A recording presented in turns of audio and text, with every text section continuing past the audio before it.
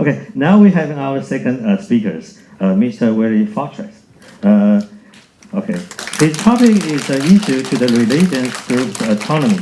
所以他的报告题目是宗教团体的自治问题。Okay, Mr. Willy Fautre, the founder of the Human Rights Without Frontiers in Brussels, from Belgium. I have been to once for the conference. 我曾经去过一次，我在那个布鲁塞尔很漂亮的一个城市。It's also Professor Willy is also Taiwan's very close friend. He has devoted his life working with many international NGOs for the international human rights and even proposed some suggestions for the judicial reform in Taiwan. So it's our privilege to have Ms. Willy today. So I have the floor to you. So let's welcome Mr. Willy Fautre.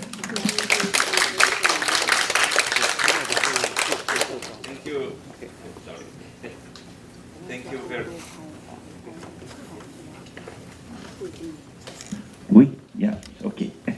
Thank you very much for your invitation and for being so numerous to attend this seminar. So the title of my presentation is Autonomy of Religious or Belief Organizations and State Neutrality in Europe. The constitutional and legal framework defining the status and the place of religious or belief communities in the state is of utmost importance to guarantee political and social stability and domestic peace in any country.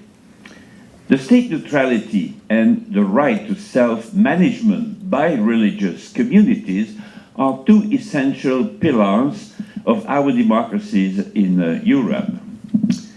The autonomy of religious, spiritual, and non-theistic groups, whether they are a majority or a minority in a country, can, however, not be addressed separately from other issues related to freedom of religion or belief. The intersectionality with other elements is essential to correctly assess their level of effective independence from the state and the degree of social inclusiveness allowed by the state. States may have many different practices regarding the various degrees of autonomy that they grant to religious or belief groups. These range from situations where the state and religious or belief communities are strictly separated to other situations where you will find a wide array of interactive relations models. In France, it was already mentioned, but briefly, the law on separation, not separatism, but the law on the separation of churches and states in 1905 guaranteed the non-interference of the state in the internal affairs of religion, but also protected the state from any interference of the dominant religion, Catholicism, in its own affairs. So freedom from religion is also related to the autonomy principle. In the Netherlands, there is also autonomy between state and religions, but the clergy was paid by the state despite the autonomy. And in the 1980s, the state decided to make an agreement with religious organizations by which it was decided that the state would put an end to the financing of the clergy and the property of the churches. So autonomy does not only mean more freedom for religious groups, but it also means more responsibility for them. In Belgium, my country, there is also autonomy between the area of the state activities and religions activities. The Constitution guarantees the mutual autonomy, as I said, of the state and recognized religions, and I insist on recognized religions. But this does not forbid the state institutions to finance the maintenance of their buildings, religious buildings, their clergy, their worship activities, their faith-based schools, hospitals, etc. Autonomy is an essential component of freedom of religion or belief, but equal treatment of religious or belief entities by the state, excluding any form of discrimination, is another important and complementary element. Autonomy without equality between religions is meaningless. If members of religious minorities are discriminated against and socially treated as second-rank citizens. I will now explore the intersectionality between autonomy and the state's treatment of religious and belief communities. In the relation between state and religions in Europe, various forms of systemic discrimination go on persisting to various degrees, whatever the political system. In many EU countries, there are tier systems of classifications of religions used and misused by the state to justify a different, as they say, but discriminatory treatment of the various categories of believers. Most European democracies have legislations that create a hierarchy of religions and grant them or deny them a number of rights and financial advantages according to their classification. This discriminatory categorization usually starts with the type of legal status to which religious or belief communities are allowed or denied to have access to on the basis of questionable criteria.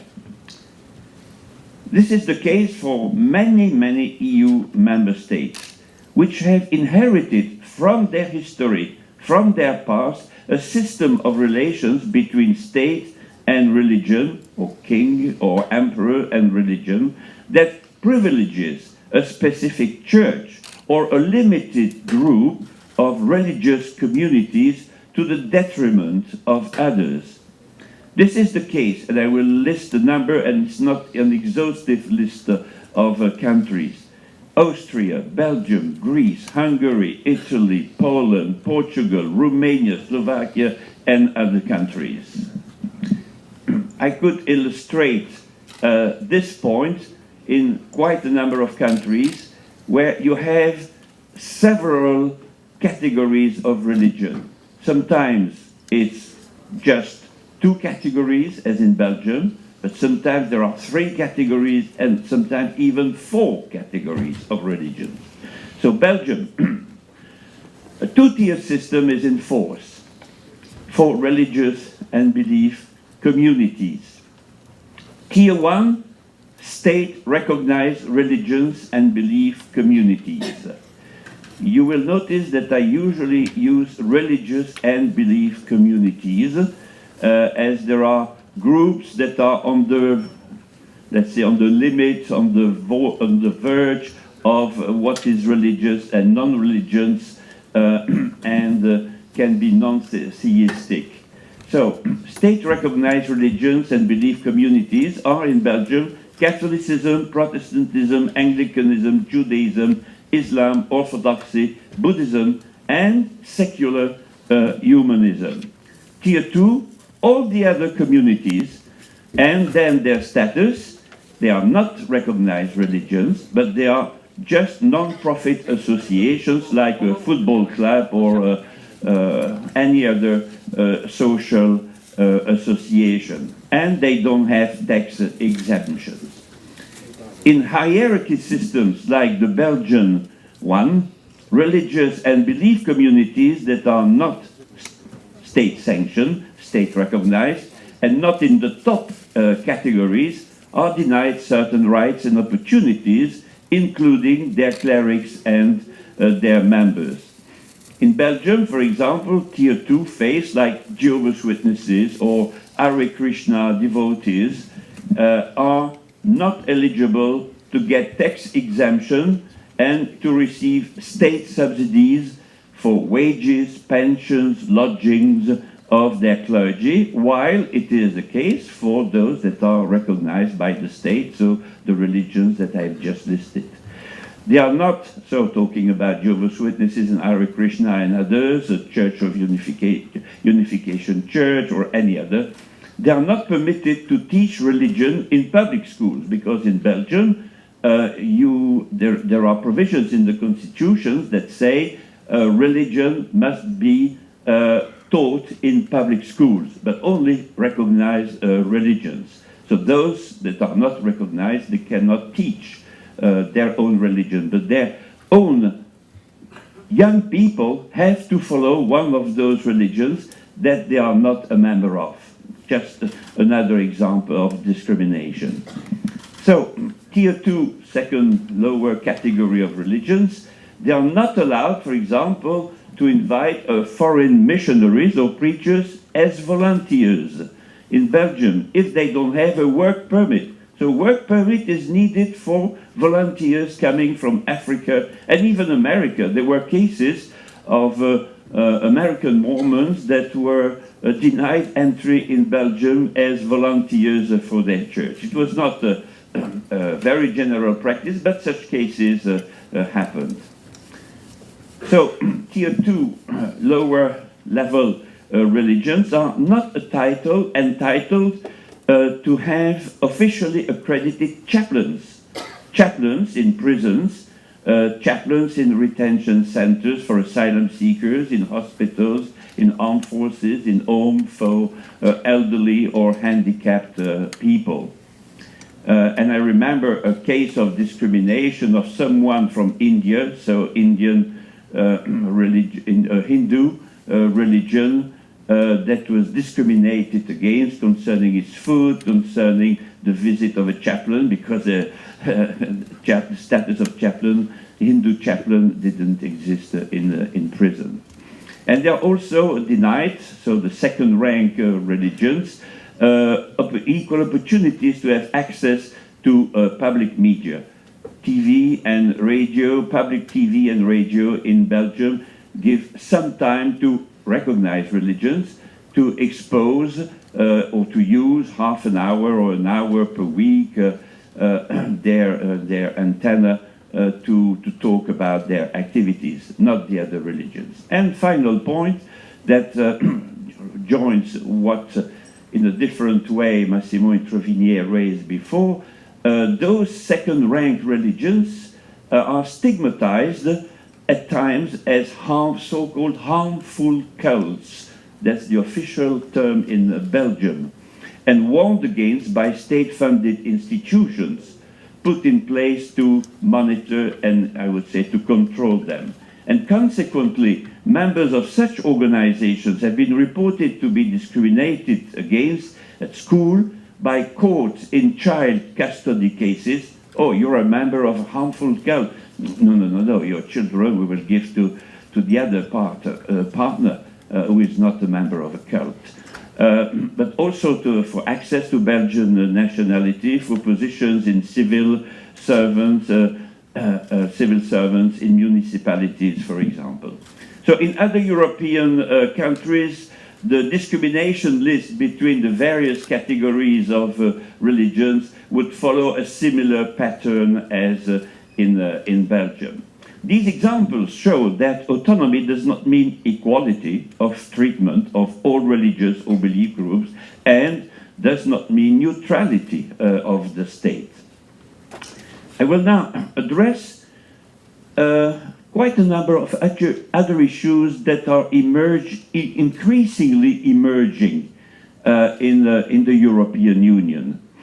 It's the conflict between autonomy of churches and exemptions from general laws that are really questioned now. So this next this area of intersectionality, I will explore so confirms such conflict situations between general laws of the state and specific practices in the way of life of minority religions and their members. Of the many issues that are likely to raise questions, some of the most frequent are conscientious objection to military service. The clear trend in most democratic states is to allow those with serious moral or religious objections to military service to perform an alternative non-military service. However, state laws should not be unduly punitive for those who cannot serve in the military for reasons of conscience. Gradually, that problem has been solved in the EU countries. But in the 1990s, I was very active about the situation in Greece, where non-Orthodox and Jehovah's, of course, Witnesses in particular, but also some Protestant believers, were put in jail for 4 years because they were refusing military service. And they were put in jail with real criminals from the army. We finally managed to solve this problem, and our organization was an important actor on this issue. Religious attire, another area of conflict between state general laws and specific activities of religious groups. With the immigration in the last decades, European countries have become more and more multicultural and multi-religious. Wearing the veil or the scarf in state institutions, at school, in courtrooms, the chador in the public space, religious symbols in state administrations have been new societal challenges open to public debates and legal developments to try to conciliate the neutrality of the state and the autonomy of religious or belief groups and their members. Food. There are several foods that are prohibited by many religions and ethical traditions, including meat such as pork or meat that must be prepared in accordance with ritual practices. In a spirit of promoting tolerance and inclusiveness, an increasing number of states encourage institutions providing food, particularly in schools, hospitals, prisons, military, to offer optional meals for those with religious or moral requirements. Days of religious activities. The two types of days that raise questions of exemptions are, first, days of the week that have religious significance, Friday prayers, Saturday and Sunday worship, for example, and second, calendar days of religious significance, such as Christmas, Yom Kippur, Ramadan. To the extent possible, more and more states in Europe, more and more state laws accommodate or try to accommodate such practices.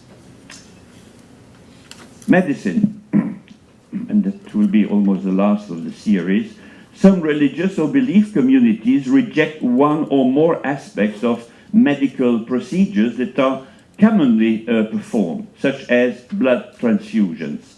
In this regard, Jehovah's Witnesses have taken the initiative to make agreements with a wide range of doctors and hospitals to privilege alternative procedures to blood transfusions.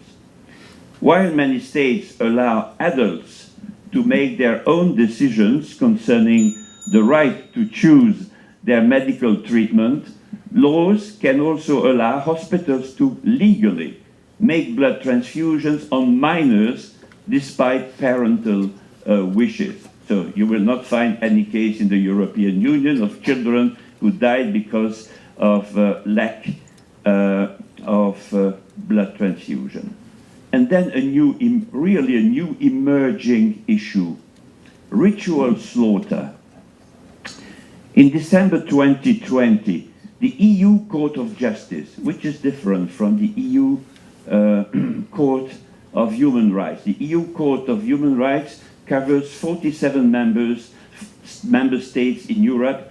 The EU Court of Justice covers the member states, 47 for the Council of Europe, and the EU Court of Justice covers the 27 member states of the European Union, and when a decision is taken in one country, it is valid for all countries. So, ritual slaughter. December 2020, the EU Court of Justice in Luxembourg, and not in Strasbourg, ruled in a final decision in favor of a Flemish ban, I would say Belgian ban, but we are a federal state, in favor of Flemish ban on the ritual slaughter without stunning, in conformity with an EU regulation on the protection of animals at the time of killing. So we now have a conflict between animal rights and religious rights here. The Jewish and Muslim organizations in Belgium had previously filed a common appeal to the court to overrule the ban in the name of freedom of religion after the Advocate General of the court had recognized that banning is an attack on the rights of Belgian citizens to practice their religions freely and is incompatible with EU law. In September 2 years ago, the Belgian Constitutional Court supported the judgment of the European Court of Justice. But Muslim and Jewish institutions go on discussing with the Belgian authorities about the implementation of the ruling. And in conclusion, just a few lines. The autonomy of religious or belief communities and some aspects of the way of life of their members in a democratic context is a wide-ranging and complex and more complex issue, I would say. It is intrinsically linked to the neutrality and the political will of the state to build an inclusive society in which religious and belief groups are respectfully treated on an equal footing. Thank you very much for your kind attention. Thanks, Mr. Willy Fautre. So even though right now it's out of time, I would like to add some information for you. For Mr. Willy's conclusion, he mentioned about the reasonable alternative. So 你们可以各位可以看那个手册，在他的结论里面，he mentioned about the reasonable alternative. Because from the perspective of the United States, 这个我们理事长在这边理事长也是公法这个美国法的一个专家。Okay, if freedom of the religion only have the equal protection and neutrality. Actually, some scholars and even the Supreme Court justices have said that you will have nothing left without religion of freedom of religion. So, 也就是说，如果宗教自由只剩下这个所谓的平等保护跟所谓的中立性原则。那它其实到后来，其实这个宗教自由内涵会被掏空，因为世俗的法律我只要平等对待就好了。所以so from the perspective of the United States, we would like to add some accommodation, the principle of accommodation. 这个中文我不太确定要怎么翻，就是容忍或是宽容。它有点是就类似这个刚刚那个这个威老那个 Mr. Willy 所提到的这个所谓的 reasonable alternative。OK。Sorry, 占用大家时间。我想说，只是想说可以做一点呼应了。Okay, today we have two keynote speakers. Each one has his own significant thought regarding the freedom of the religion by using many examples from many different countries. So let's present our many thanks to Dr. Massimo and Mr. Willy again. So 我们再次谢谢两位这个讲者。So I need to apologize. Because we cannot finish in time, so all for be mine. So okay, so my bad. Okay, 所以我们今天的这一场就到这边结束。那谢谢大家的一个参与。OK， 谢谢。